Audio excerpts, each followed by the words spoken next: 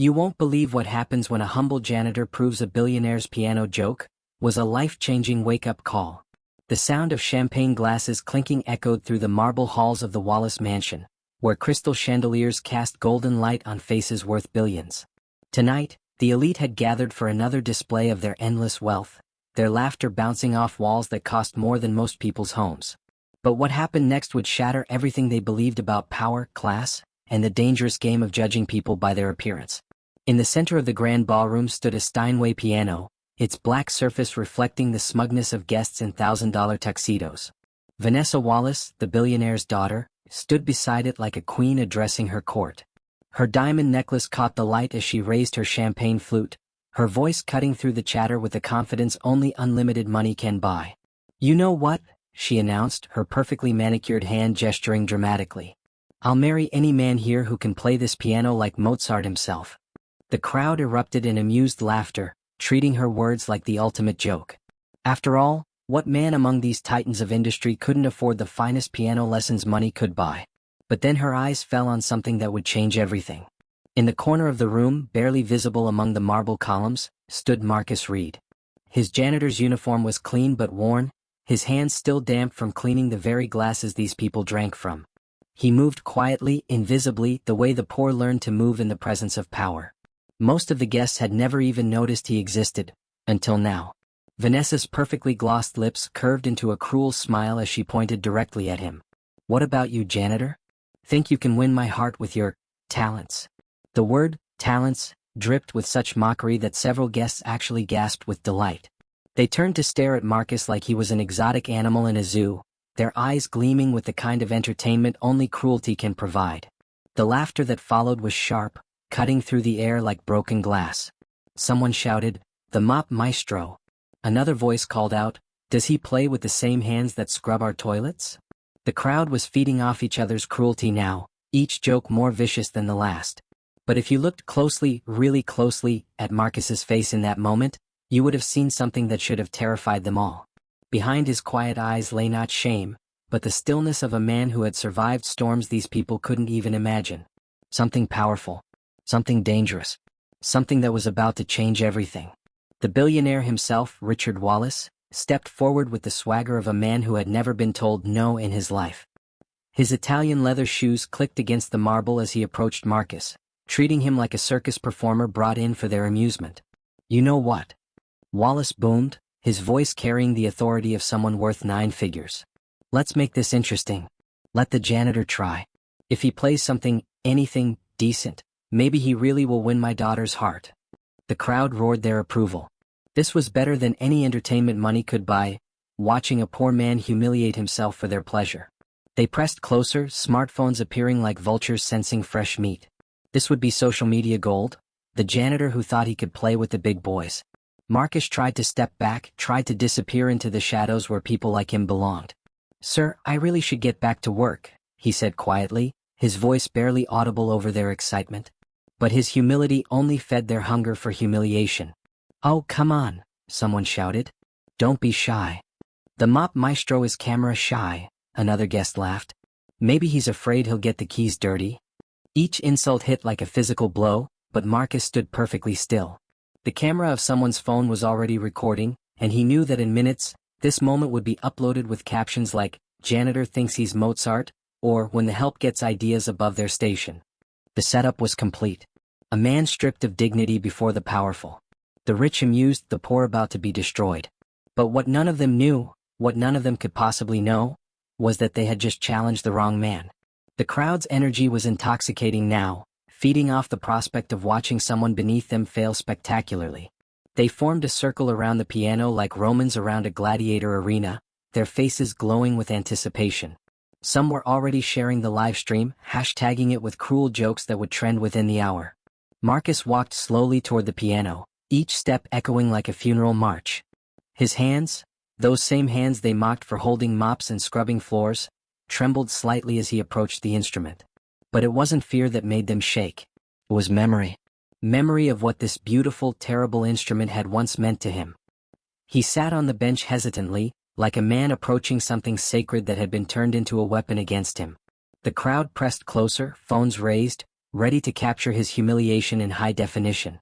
Someone whispered, "This is going to be epic," and the word epic carried all the cruelty the rich could muster. Marcus placed his fingers on the keys and began to play. The first notes were wrong.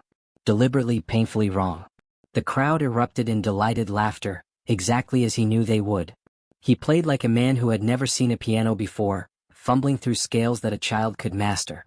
The smartphones captured every false note, every moment of manufactured incompetence. "Oh my God, this is perfect." Vanessa laughed, covering her mouth in mock horror.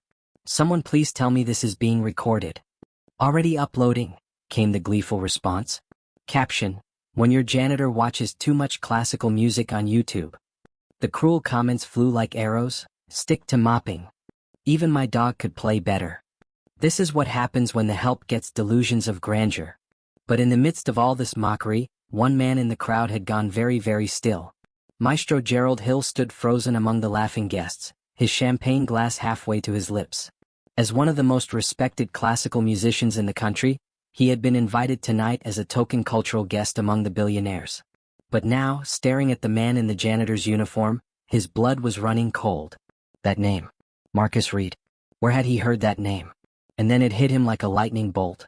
The child prodigy who had disappeared from the classical music world years ago. The boy who had played for royalty at age 12. The young man whose mother's death had sent him spiraling into a darkness so complete that the music world had given him up for dead. Marcus Reed wasn't just any janitor. He was a legend who had chosen to hide. Hill leaned toward the guest beside him, his voice barely a whisper. "That man, do you know who he is? The janitor? Who cares? His name is Marcus Reed." "So?" Hill's voice grew urgent. "Marcus Reed. The child prodigy. The one who played at Carnegie Hall when he was 14. The one who just vanished." The truth was spreading through the crowd like wildfire now, whispered from ear to ear among those cultured enough to recognize the name. But the majority were still laughing, still recording, still treating this like the best entertainment money could buy. Marcus continued his charade, playing badly on purpose, letting them mock him. But Maestro Hill watched his hands, watched the way his fingers moved even in their pretended clumsiness, and saw the truth that would soon destroy them all. The billionaire was enjoying himself immensely now, playing to his audience like a ringmaster at a circus. "What's wrong, janitor?" Wallace called out mockingly. "Can't handle a few notes? Maybe you should stick to what you know, cleaning up other people's messes." The crowd roared with laughter, but their joy was about to turn to ash. Marcus stopped playing. He lifted his hands from the keys and sat in perfect stillness for a moment that stretched like eternity. When he looked up, his eyes were no longer the eyes of a humble janitor. They were the eyes of a man who had just remembered exactly who he was. "No, sir," he said softly, his voice carrying a quiet power that somehow cut through all their noise. "I just needed to remember who I was." And then he began to play again. This time, the first note silenced the room like a gunshot. It wasn't just music that poured from that piano. It was pure emotion made audible. Marcus's fingers moved across the keys like they were extensions of his soul, crafting a melody that seemed to pull the very air from the room. The laughter died instantly, replaced by something far more powerful: recognition. This wasn't the fumbling of an amateur. This was the work of a master. The melody he played was his own composition, a piece born from years of pain, loss, and survival. It began soft and melancholy, telling the story of a boy who had once played for queens and presidents. Then it grew darker, capturing the moment when death stole his mother and left him with nothing but grief and a gift the world no longer wanted to hear. But as the music swelled, it transformed. Pain became power. Sorrow became strength. The notes climbed higher and higher, telling the story of a man who had survived homelessness, who had worked jobs that broke his back and bruised his pride, who had hidden his genius behind a janitor's uniform because sometimes survival means becoming invisible. The crowd stood transfixed. Phones that had been recording his humiliation now captured something else entirely: the birth of a legend. One by one, the guests began to understand what they were witnessing. This wasn't a janitor pretending to be a musician. This was a musician who had been hiding as a janitor. Maestro Hill stepped forward, tears streaming down his face. "My God," he whispered loud enough for everyone to hear. This is genius." Vanessa Wallace stood frozen, her champagne glass trembling in her hand. The same man she had mocked just minutes ago was now revealing himself to be someone she had only heard about in whispers. The lost prodigy who had once performed for royalty. The child who had been called the greatest natural talent of his generation before tragedy made him disappear. Her father's face had gone pale. Richard Wallace, a man who prided himself on recognizing talent and value, realized he had just publicly humiliated someone whose musical genius was worth more than most of his business deals. As Marcus played, the room seemed to transform around him. The marble halls that had echoed with cruel laughter now resonated with something sacred. This was no longer a billionaire's party, it was a concert hall, and they were witnessing the return of a master. The music told everything, the story of a 12-year-old boy who had played for the Vienna Philharmonic. The tragedy of losing his mother and finding himself homeless at 18. The years of taking whatever jobs he could find, hiding his gift because the world of classical music felt like a luxury he could no longer afford. The nights spent in shelters, his fingers still moving as if playing invisible keys, keeping his talent alive in secret. And now, surrounded by people who had judged him by his uniform, he was revealing the symphony that had been hiding inside the janitor all along. When the final note faded into silence, the room remained frozen. No one moved. No one breathed. The silence was heavy and sacred, the kind that follows something truly transcendent. Then Maestro Hill began to clap. Slowly at first, then with growing intensity. One by one the other guests joined him, but their applause felt different now. Not the polite clapping of social obligation, but the stunned appreciation of people who knew they had just witnessed something extraordinary. Richard Wallace tried to speak, his mouth opening and closing like a fish out of water. The man who commanded boardrooms and negotiated billion-dollar deals couldn't find a single word adequate for what had just happened. It was Vanessa who broke first. She approached Marcus with tears streaming down her cheeks, her earlier arrogance replaced by something raw and real. "I didn't know," she whispered, her voice breaking. "I'm so sorry. I didn't know who you were." Marcus stood slowly from the piano bench, his transformation complete. The humble janitor was gone, replaced by the dignified presence of a man who had just reclaimed his identity. He looked at Vanessa with eyes that held no anger, only a quiet sadness for what humanity was capable of. "You weren't meant to know," he said gently. "But that's exactly the point. Sometimes life tests not what we see in people, but how we treat those we think we can't see at all." The words hit the room like a physical force.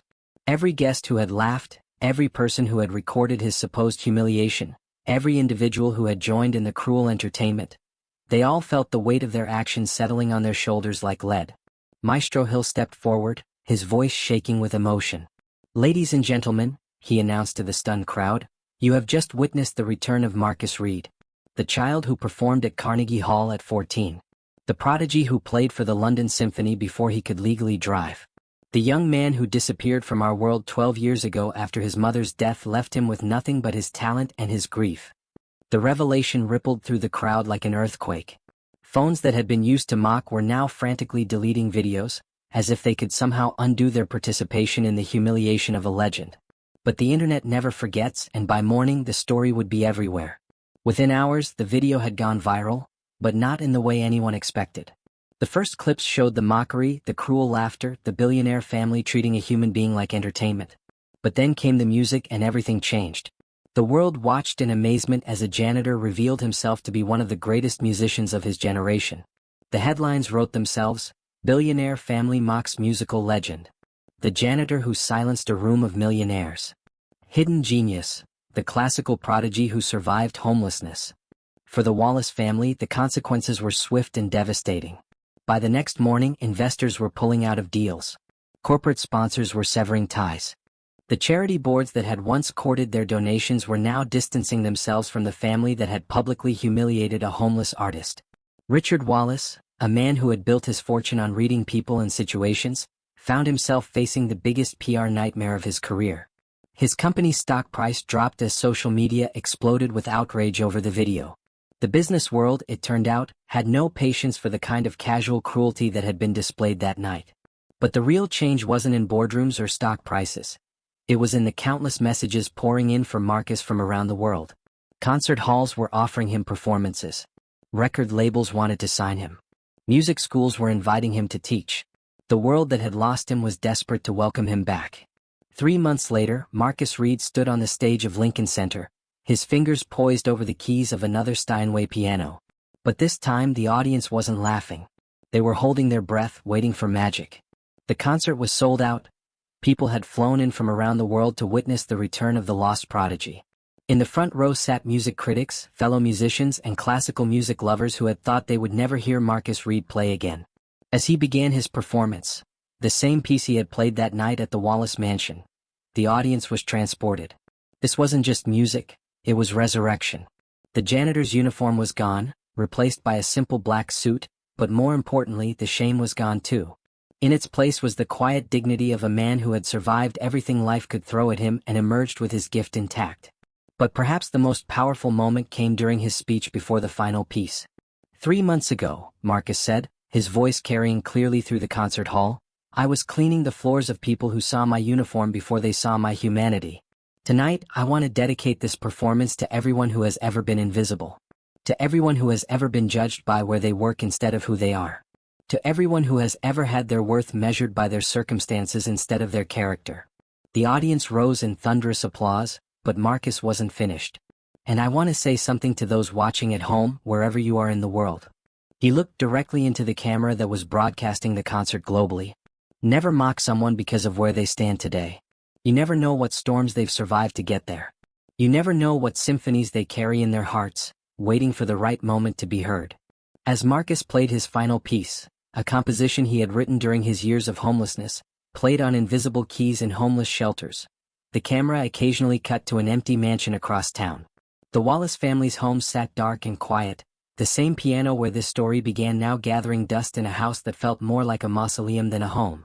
The party was over. The guests were gone. The laughter had died. All that remained was the echo of a lesson learned too late, that class might divide wealth, but it can never measure worth. The concert ended with Marcus's hands lifted from the keys, his head bowed in humble gratitude. The audience was on their feet, not just applauding the music, but celebrating the triumph of human dignity over cruel judgment. They were witnessing more than a comeback. They were seeing proof that true talent, like true character, can survive anything.